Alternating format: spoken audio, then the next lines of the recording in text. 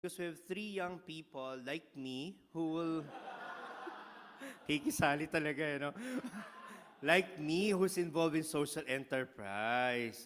Yon. So, nakakatuwa kasi nandito sila at lahat, siyempre, clearly mga atinista. Pero mas maganda magkikwento talaga sila ng kwento ng buhay nila, lalo na kung ano ang impact ng isang Ateneo education sa kanilang mission. May isa tayo dito na graduate ng, of course, with Latin honors. Pero as early as college, ang dami niya ng negosyo, negosyante. Parang college pa lang, meron siyang holding company. At nakakatuwa at kasama natin siya ngayon na nag-grow ng kanyang conglomerate. Let's welcome Kirk.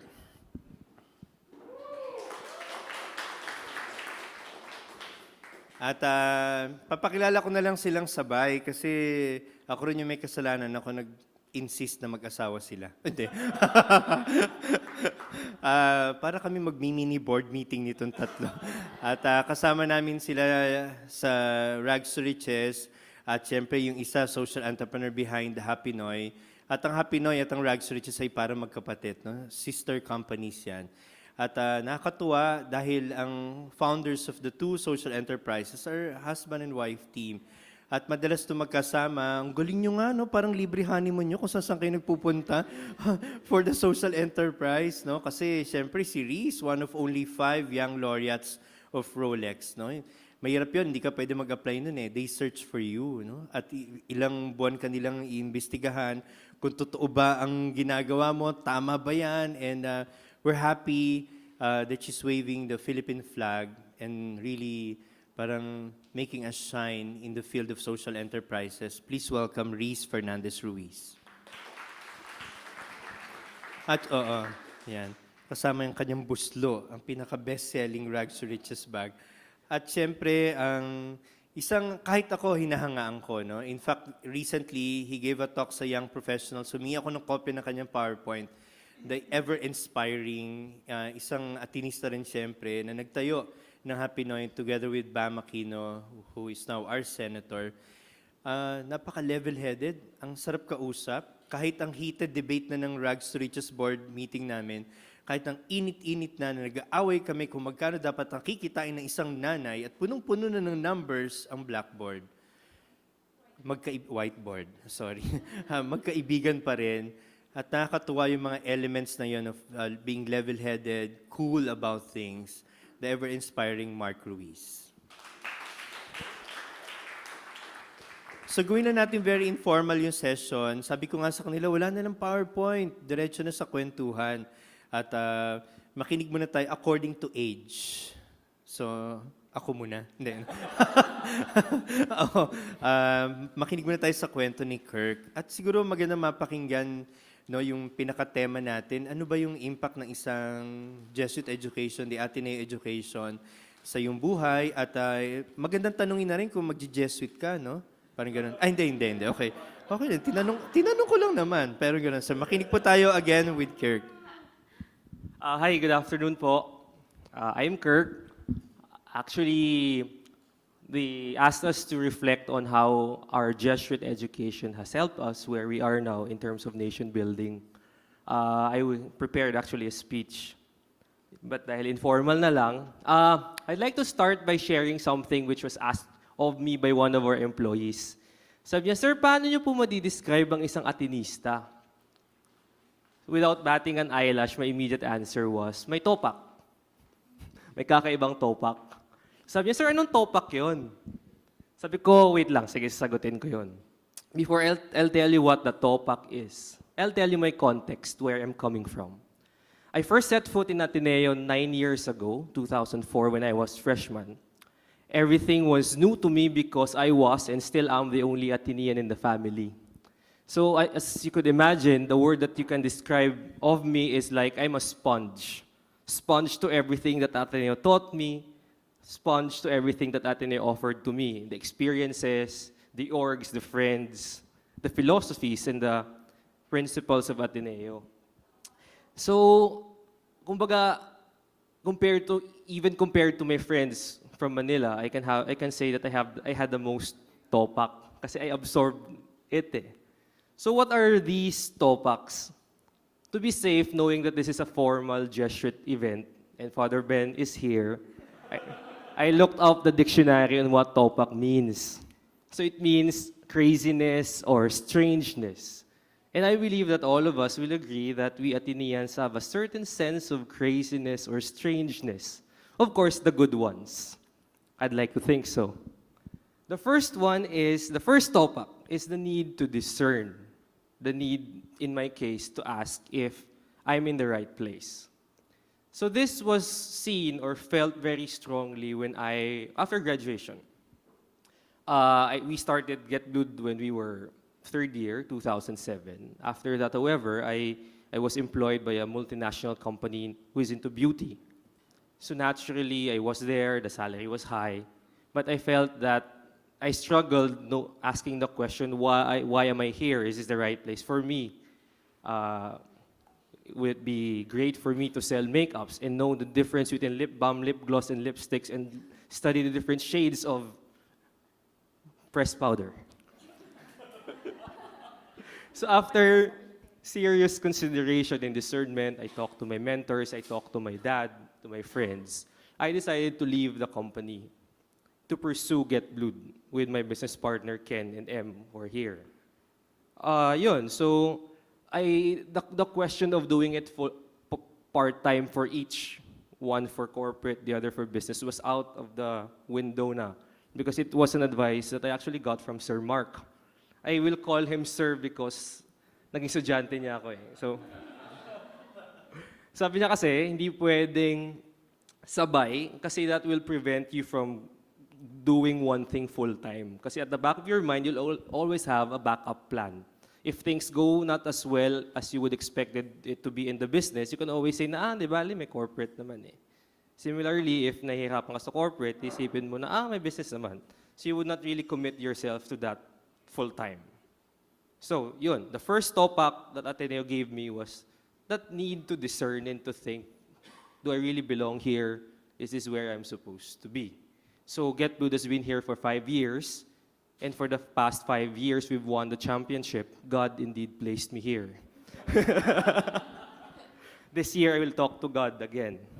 That's the first TOPAC. The second TOPAC, Father, I'll have 3 lang. The second TOPAC is the commitment to Magis. For some Athenians, this may be a cliche na parang Magis could refer to as you overdoing things, you ginakarir mo yung mga bagay, or you parang overachiever ka. But we have to admit it na deep inside us, tumalab talaga yung Magis. In fact, I know of a friend, in fact, 2 na sila, who told me na, Kirk, minsan alam mo, ang sarap murahin ng konseptong Magis eh. Sabi ko, bakit murahin? Eh, parang hindi ka lang talaga makawala doon, na parang no matter how much you want to be mediocre, nasa loob mo yung boses na parang, maging mediocre ka na lang ba? Eh, you were born for greater things. You should do great things for others and for God. So, tumatalab talaga yon. In our case, the commitment to Magis means that we should be the best businessmen that we could be in our brands. Get Blued is just one of our brands. Get Blued is for Ateneo. We also do Brand X for Xavier School. We do Mover for Rappler and 12th Man for the UFL and so on. So you have other brands. Specifically though for Ateneo, for Get Blued, Magis in our business means that our shirts are merchandise. The shirts that we have, the jackets, the lanyards, the stickers, the mugs, the keychains, are more than just merchandise that have Ateneo names on it. Kung tutuusin naman, anyone can make those things eh. Because anyone can get an item, put Ateneo on it, and it will sell precisely because there's Ateneo in it. But early on, Ken and I realized that more than being merchandise, Get Blued is all about the Ateneo culture. It's a celebration of the Ateneo culture, and we are happy to lend ourselves as a means by which people would express their pride for their school, at the same time become part of the culture that we proudly represent and belong. So that's Magis. That's the second TOPAC. The last TOPAC, sorry, hindi pa rin ako sanay sa word na TOPAC, kasi si Father Ben sa harap ko. Directly sa harap ko. So yun nga, the commitment to the Magis, to the point that my friend would say na gusto mo na siyang murahin, is the second one. The third one is just the need to think and care for other people. especially for people who are not in the same social class, social circle as you are.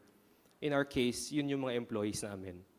My attraction to this maxim of the Ateneo had its roots nung I was exposed to my family business. I grew up closely with my dad. My dad would personally deliver hollow blocks, sand, gravel materials to customers. Used to go with him. And every time he would deliver those items, dadaan siya sa isang batchoy place. I'm from Iloilo. Magpapakain siya. Kasi sabi niya, okay lang yan na magpakain ka kasi di bali ng pagod sila, wag lang gutom.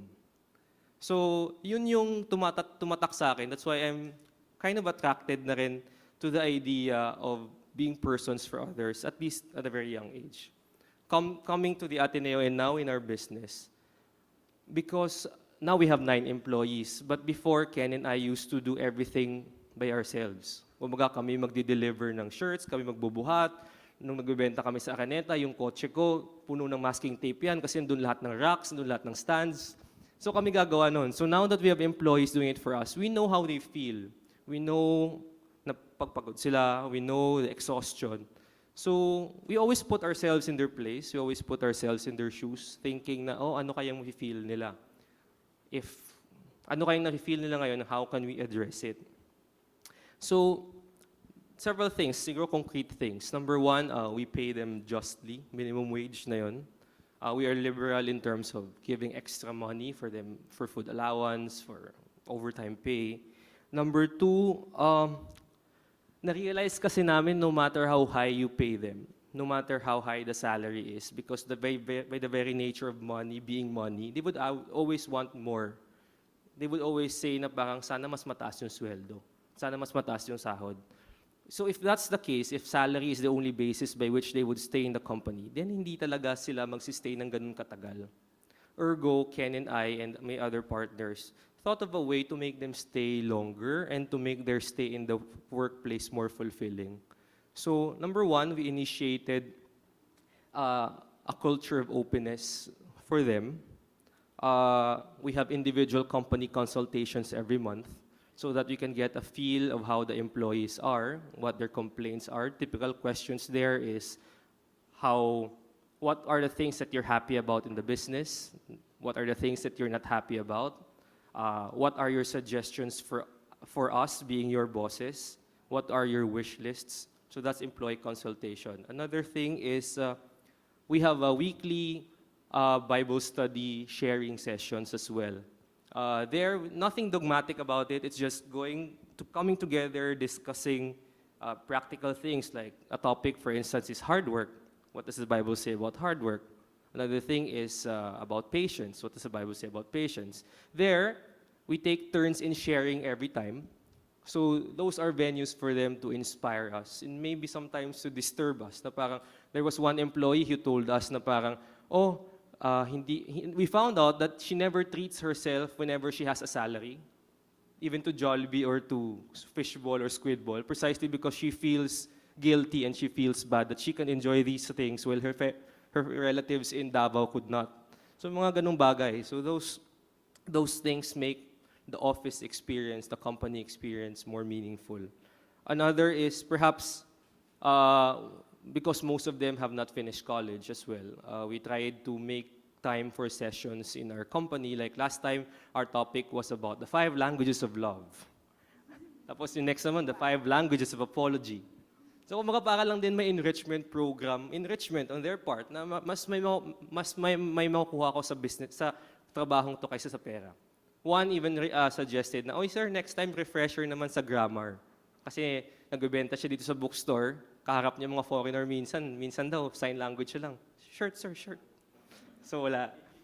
And then lastly, since a lot of our employees have gained weight, because siguro of the di bali ng pagod, wag lang gutom principle, we initiated starting last week a fitness program. So we had we set for them a target weight that they should lose collectively. So we will jog around Ateneo to do that. So yun. The third topic is the need to think of and care for other people. I'm hesitant at first to accept the invitation precisely because, yun nga, I don't think naman that those things are huge na to be nation building. Such a great big word, di ba? I talked to my dad about it last time, and he said na parang you just have to think about it as nation building being a bottoms-up approach rather than a top-down approach. Sabi niya, oh, who knows the people that you guys are inspiring because of the day-to-day things that you're doing would also inspire them to be good people to their family, to their relatives, to their neighbors. So yun, so I thank the Ateneo for the Jesuit, I thank the Ateneo and the Jesuit for the different topics, the craziness and the strangeness. And so far, it has been a very meaningful experience. And thank you also to Reese and Mark, mentors namin sila. Anytime parang text na lang, Sir Mark, meet tayo. May ano kami, hindi namin alam gagawin. So yun, so that's it, Father. Thank you. Before we proceed to Reese and Mark, maybe we can entertain one or two questions or insights before proceeding to Reese and Mark. Kirk shared about three things, no? Discernment, which is from the Latin word discernere, which is to sit apart. So sa dami siguro ng topak sa buhay ni Kirk, may Hirap particular na sundan topak nun. sa pinakinggan. Yun yung discernment. At ikalawa yung magis, which is the more. Maganda i-clarify na yung more na yun is not an end goal, but a middle part. A great love that produces the more for a greater love. So the more, the magis easily in between. And being persons for others. Because in the end, if you look at the Jesuit education, it is really for other people. Yung mga rin na sinabi ni Father Jet Villarin when he talked to the young priest, take note, young priest. 10 years ago. Sabi ng si Father Jet ay, hindi ako naging sweeta at naging presidente ng Ateneo para payamanin lang ang mayaman. Naging sweeta ako at naging presidente ng Ateneo para tumulong sa kapwa. At yun ang tema ng ating festival. Questions? Insights? Masyado silang tinamaan ng topic. Grabe. Okay. Topak mo. Sige, makinig muna tayo kay Reese. Okay. Peram ng outline. Joke lang. So, hirap nun hirap sundan. Pero, I think you know when you're listening to an Atenean because he thinks and talks just like you. So, medyo marami talagang similarities. And I do believe it's nation building. I really think if more businesses think that way, it will build the nation. So, my story, I'll start with a dream. Kasi nga sabi niya topak, diba? I have a different word for it, mas social. Mine is disturbance. Yes. Disturbed ako. Yeah, oo. So, I had a dream when I, parang quote, before I graduated college. So, ito yung dream ko. Bear with me, I am not clinically sick, but in my dream, ganito yung nakita ko. So, there was a girl, and she was talking to me. She was in front of me. Sobrang niyang ayos, talagang, I really, really like her. And then, I was just talking to her. But at the back of my mind, in my dream, I knew that she was not alive anymore.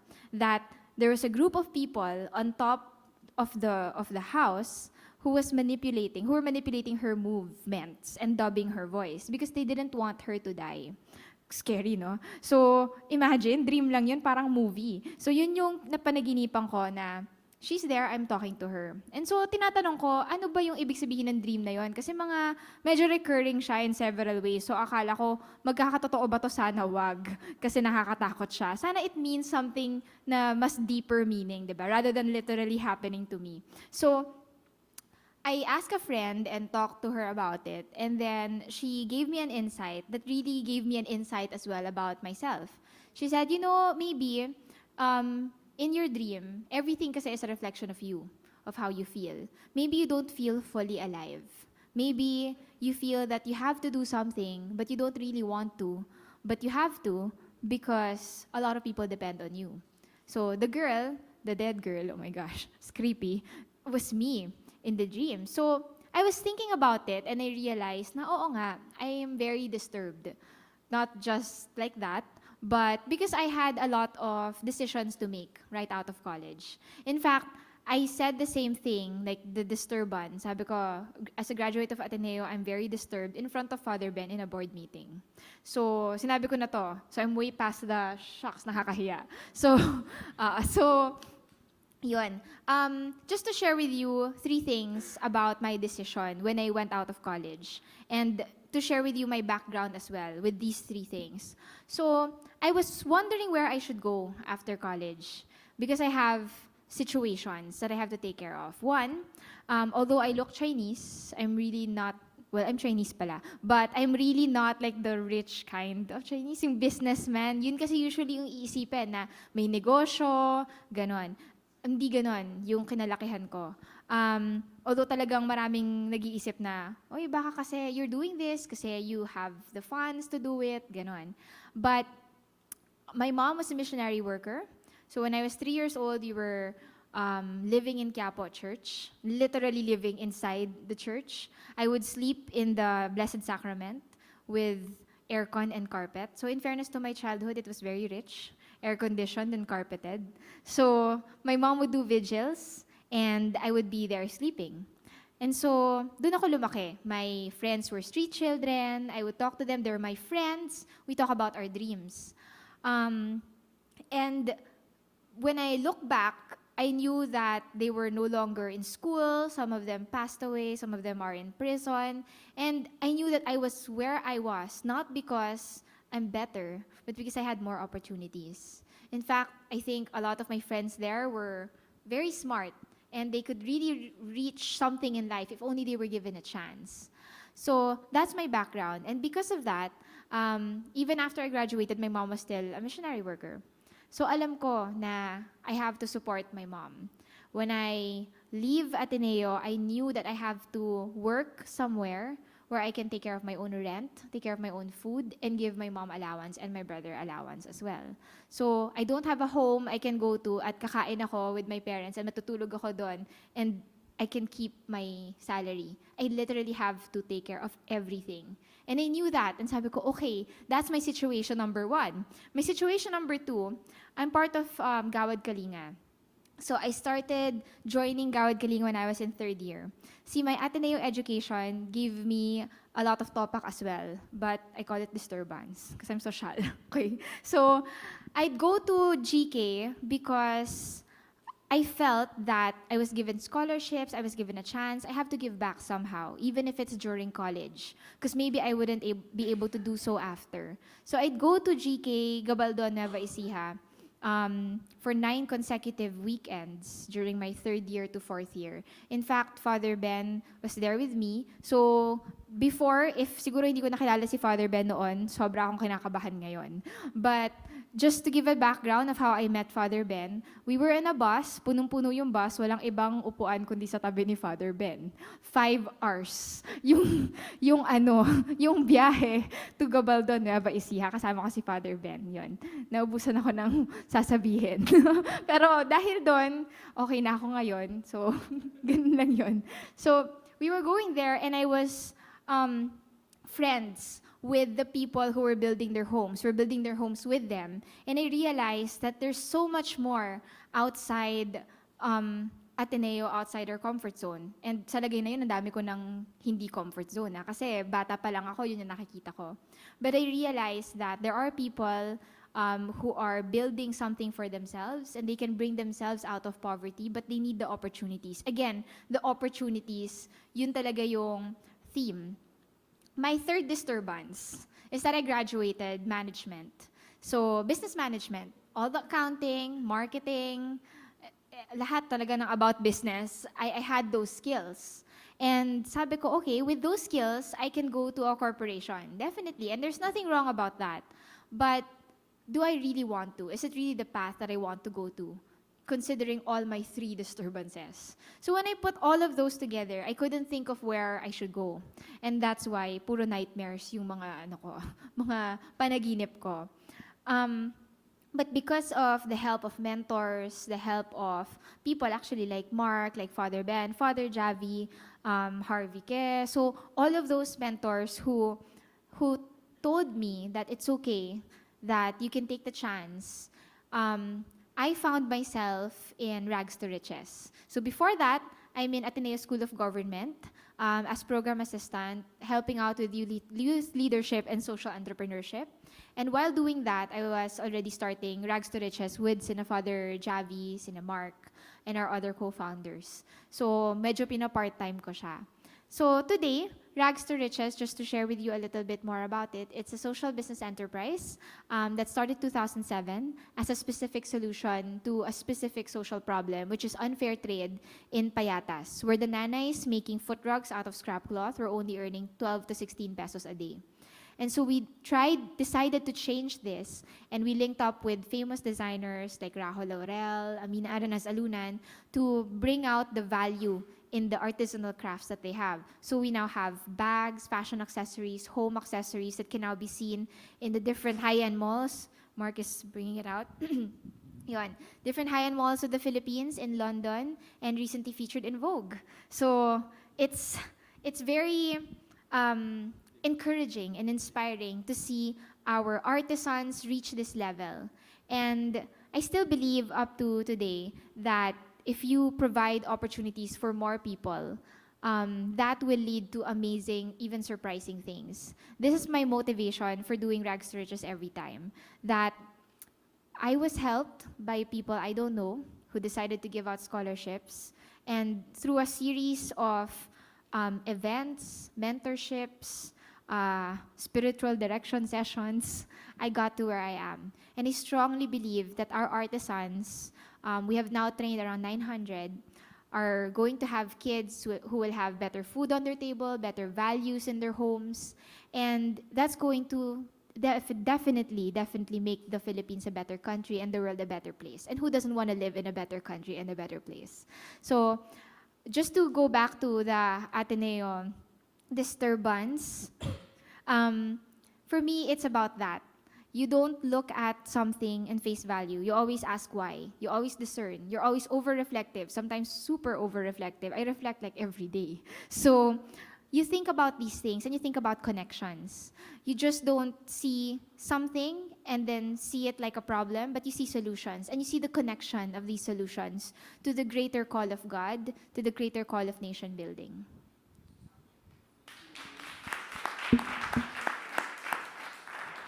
So yung TOPAC na translate into social disturbance and that disturbance, I'm disturbed by this mic. I have to use the mic daw para sa recording.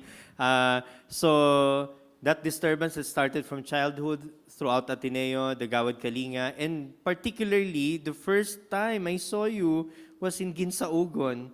Tapos may putik-putik pa siya, para siyang batang yigit. Kasi katatapos lang nila mag-house build nun. Cut to scene 2, dito na sa Ateneo. Hi, Fro! Ako yung na-meet mo sa Ginsaugon.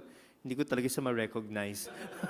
Parang ganon. Oo, yun yung mag-i-immerse na sila sa Payata. So that was Reese and all the disturbances of an Ateneo at Jesuit education. Let's listen to the story of Mark. Good afternoon. Okay. So, yung iniisip ko, parang there's really no reason for me to be here right now, no? If it weren't for the Ateneo. Siguro just to give you a quick background, parang I guess etymology, you know. My parents kasi, I come from a very safe background, no? So, just to give you an idea, my dad is a civil engineer.